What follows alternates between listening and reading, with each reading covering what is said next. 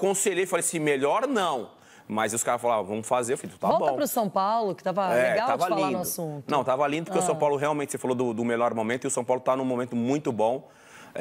E num passado distante, a gente falou assim, eu falei aqui que a diretoria que tinha que ter convicção no trabalho diário do Diniz. E parece que eles estavam tendo naquele momento, e agora o São Paulo tem jogado bem.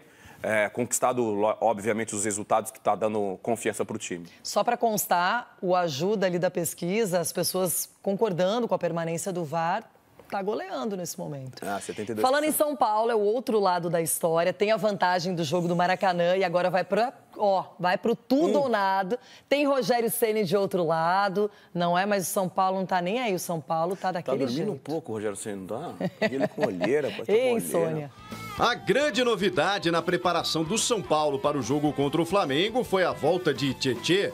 O jogador está recuperado da Covid-19 e treinou com os demais companheiros. Mesmo assim, o lateral Juanfran deve ser mantido como titular da posição. O espanhol foi poupado na vitória sobre o Fortaleza no último sábado pelo Campeonato Brasileiro.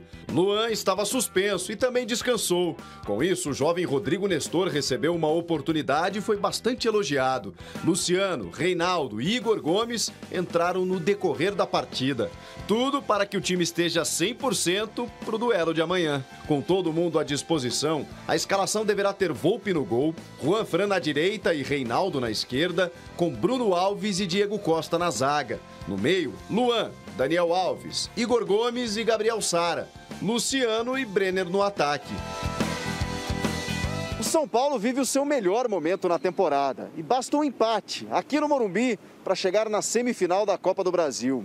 Para isso, vai precisar exorcizar um fantasma com as recentes eliminações em competições eliminatórias. São muitos insucessos nos últimos anos, de um time que não conquista um título desde 2012. Mas só para ficar em 2020, ainda é difícil digerir a saída prematura do Campeonato Paulista nas quartas de final para o Mirassol. Na Libertadores, a equipe ficou pelo caminho ainda na fase de grupos. E quando teve a chance na Sul-Americana, foi eliminado nos acréscimos para o Lanús da Argentina, também no Morumbi. Eliminações muito diferentes. A eliminação do Mirassol tem um peso muito diferente, é um peso que acho que ele está, a gente conforme o tempo vai passando, a equipe vai produzindo e ganhando jogos importantes, aquela derrota ela vai sendo diminuído o peso que ela tem. O jogo do Lanús não dá para se comparar em nada com a eliminação do Mirassol, absolutamente nada. Todo mundo ficou muito triste, decepcionado com a eliminação, mas ao mesmo tempo orgulhoso com o que o time produziu, principalmente no segundo tempo.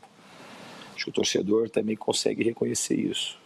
Nos apoiou logo depois para a gente ir lá jogar no Maracanã, e a gente conta com o apoio deles agora na quarta-feira mais uma vez. Mas tem o lado otimista.